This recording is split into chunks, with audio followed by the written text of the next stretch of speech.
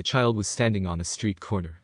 He leaned with one shoulder against a high board fence and swayed the other to and fro, the while kicking carelessly at the gravel. Sunshine beat upon the cobbles, and a lazy summer wind raised yellow dust which trailed in clouds down the avenue. Clattering trucks moved with indistinctness through it. The child stood dreamily gazing. After a time, a little dark brown dog came trotting with an intent air down the sidewalk. A short rope was dragging from his neck. Occasionally he trod upon the end of it and stumbled. He stopped opposite the child, and the two regarded each other. The dog hesitated for a moment, but presently he made some little advances with his tail.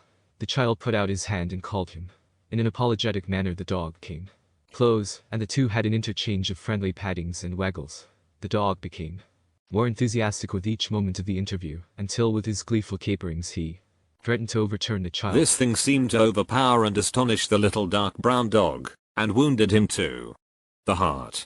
He sank down in despair at the child's feet.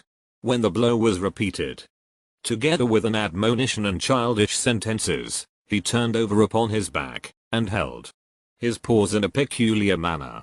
At the same time with his ears and his eyes he offered a small prayer to the child. Presently he struggled to his feet and started after the child. He looked so comical on his back, and holding his paws peculiarly, that the child was greatly amused and gave him little taps repeatedly, to keep him so.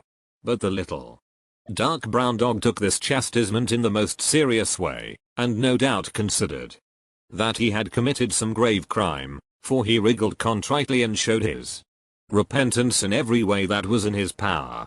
He pleaded with the child and petitioned him, and offered more prayers. At last the child grew weary of this amusement and turned toward home. The dog was praying.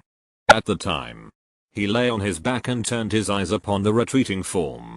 Presently he struggled to his feet and started after the child. The latter wandered in a perfunctory way toward his home, stopping at times to investigate various matters.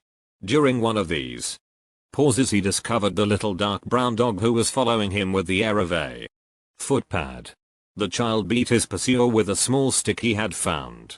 The dog lay down and prayed until the child had finished, and resumed his journey. Then he scrambled erect and took up the pursuit again. On the way to his home the child turned many times and beat the dog, proclaiming with childish gestures that he held him in contempt as an unimportant dog, with no value save for a moment. For being this quality of animal the dog apologized, and eloquently expressed regret, but he continued stealthily to follow the child. His manner grew so very guilty that he slunk like an assassin.